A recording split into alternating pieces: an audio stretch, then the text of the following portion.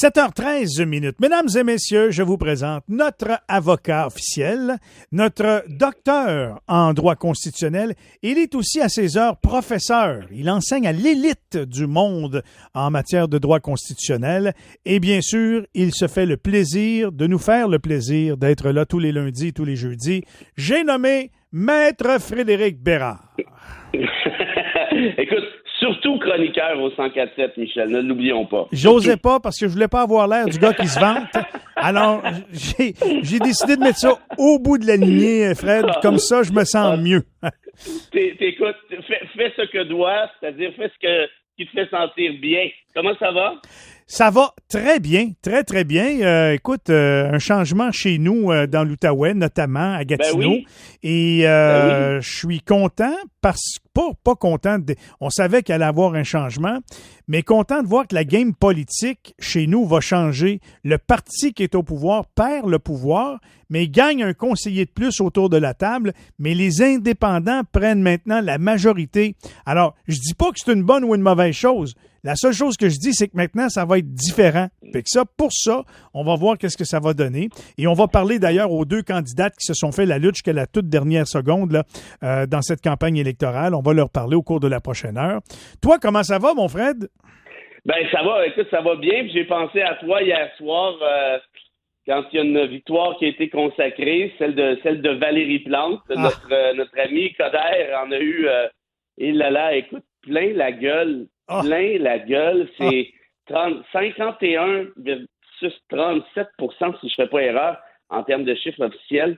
C'est énorme comme fossé. Et il y a un de mes amis qui est organisateur pour Coderre, puis je voulais tester dans la journée. Je dis, puis comment tu prévois ça? Il dit, ça va être pas mal serré. Là, j'avais compris que quand un organisateur te dit la journée du vote que ça va être pas mal serré, ça veut dire que c'est fini. Et finalement, ça n'a pas été serré du tout. Et c'est probablement la dernière fois qu'on entendait parler de Denis Coderre, politiquement parlant, en tout cas, pour un sacré bout de temps, j'ai l'impression. J'admets que j'ai eu un genre d'orgasme politique hier. Faut que je le concède. Et le titre du Journal de Montréal ce matin, ça peut pas être meilleur. Valérie Plante Coderre. Ah oui. Non, mais écoute, je me sens quasiment mal comme chroniqueur de taper sur un gars comme ça, mais l'affaire, c'est qu'avec Coderre, puis j'aime pas taper sur des gens qui sont déjà par terre, mais Coderre s'est tellement fait détester par tellement de monde en étant justement un bully, un rouleau compresseur, un intimidateur, un gros goon de cours d'école cheap, qui arrive un jour où ça y arrive 2 fois de suite, 2 défaites de suite, par Valérie Plante. Et la première fois, il disait, c'est de ma faute parce que j'étais bourru, je me suis laissé aller, j'étais pas heureux, j'étais pas bien.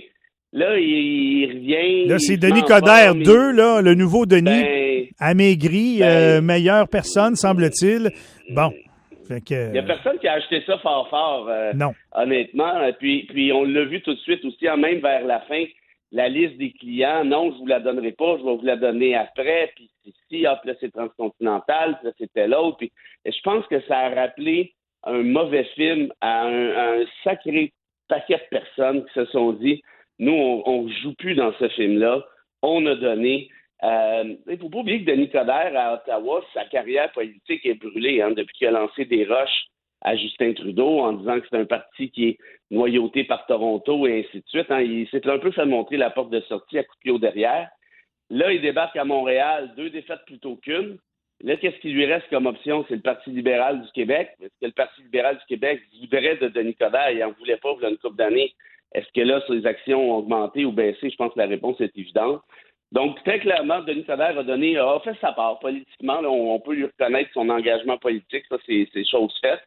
Mais pour le reste, on peut passer à autre chose. Puis à titre personnel, moi, j'aime beaucoup Valérie Plante. Je l'ai interviewée au printemps, en même temps que Coderre. Puis écoute, une femme, là, je te jure, là, celle que tu vois à la caméra, puis tu as peut-être déjà parlé, je m'en reviens, mais celle que tu vois à la caméra, celle que tu vois derrière la caméra, c'est exactement la même personne.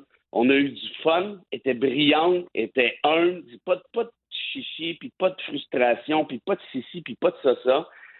Puis aussitôt que ça s'est fini, elle dit « Mais non, c'est déjà terminé, pourquoi on continue pas encore? » C'est le genre de fille qui aime pour les bonnes raisons. Oui. Ça ne veut pas dire qu'elle est parfaite, il y a des enjeux avec l'administration Plante, bon. Mais quand même, est-ce qu'on peut juste lui donner une chance?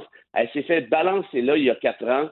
Elle essaie de faire de son mieux, avec des idées qui sont peut-être trop novatrices parfois.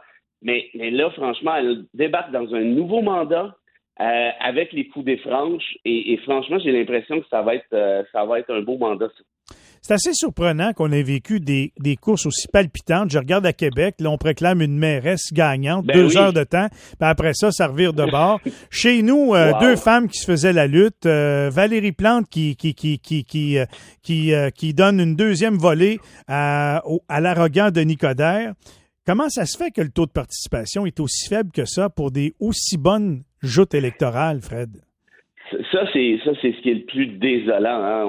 On parlait à 16 heures hier à Montréal d'un taux de participation de 31,7 % si ma mémoire est bonne. C'est pas famélique, là.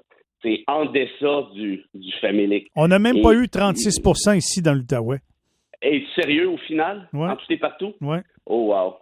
Écoute, en même temps, il y a deux façons de le voir. Hein? On peut se dire, on se prive d'une vitalité démocratique. On a ce privilège-là de voter que beaucoup de citoyens dans le monde aimeraient bien obtenir eux aussi. Puis se battront pour l'obtenir. Nous, ici, il y en a plusieurs qui se sont battus, hein, les patriotes pour le gouvernement responsable et même avant ça. Je sais pas, je trouve ça dommage. L'autre manière de le voir, par contre, et là, c'est peut-être un peu cynique de ma part de dire ça comme ça, mais est-ce que c'est pas à nos politiciens, nos politiciennes maintenant, de nous inspirer un peu plus? Et je pense que c'est une responsabilité partagée parce que le cynisme est gangréné dans le système politique. Les gens n'y croient plus beaucoup, soyons honnêtes. Et c'est dommage parce que la politique municipale a une importance majeure, particulièrement aujourd'hui où il y a beaucoup de décentralisation, même d'un point de vue, par exemple, environnemental. Puis si je peux te rafraîchir la mémoire, quand l'enjeu nous semble important, rappelle-toi le référendum de 95 où les gens avaient voté, je pense que c'était à quelque chose comme 94 %, c'était énorme. Mm-hmm. Évidemment, tu vas me dire que faire un référendum sur l'obtention ou non d'un pays, c'est une autre game. C'est une autre game. Évidemment. Mais ce que j'essaie de dire, c'est que quand, justement, les gens réalisent l'importance de l'affaire, ils sont là. Ils vont. Donc, est-ce qu'on peut peut-être, je sais pas, travailler ensemble, réfléchir et à comment améliorer, justement, cette espèce de système-là sans le cynisme? Et moi, il y a une affaire, il y a un espoir que j'ai, Michel, là, aujourd'hui, c'est de voir toutes ces femmes, moins Québec, là, mais toutes ces femmes qui se sont faites élire. Je trouve que c'est une excellente nouvelle. Et là, le commentaire n'est pas sexiste à l'envers, je le pense très sincèrement. Tu sais, les gars, là, on l'a eu le pouvoir pendant longtemps, trop longtemps probablement. On a fait des belles affaires ici et là. Mais au final, là, le portrait global qu'on a aujourd'hui, là, c'est un peu un portrait global d'hommes élus. Est-ce que c'est pas le temps d'essayer peut-être autre chose? Moi, je regarde à travers le monde, hein, en Allemagne, en Norvège, Harden, par exemple, en Nouvelle-Zélande. Ces femmes-là ont fait de petits miracles dans leurs pays respectifs. Et je dis pas qu'ils l'ont fait parce que ce sont nécessairement des femmes, mais disons qu'il y a un certain hasard qui se crée à partir de là. Ça ne veut pas dire que les femmes sont parfaites politiquement parlant non plus, mais souvent, c'est une autre approche, c'est une autre façon de voir, de concevoir l'affaire.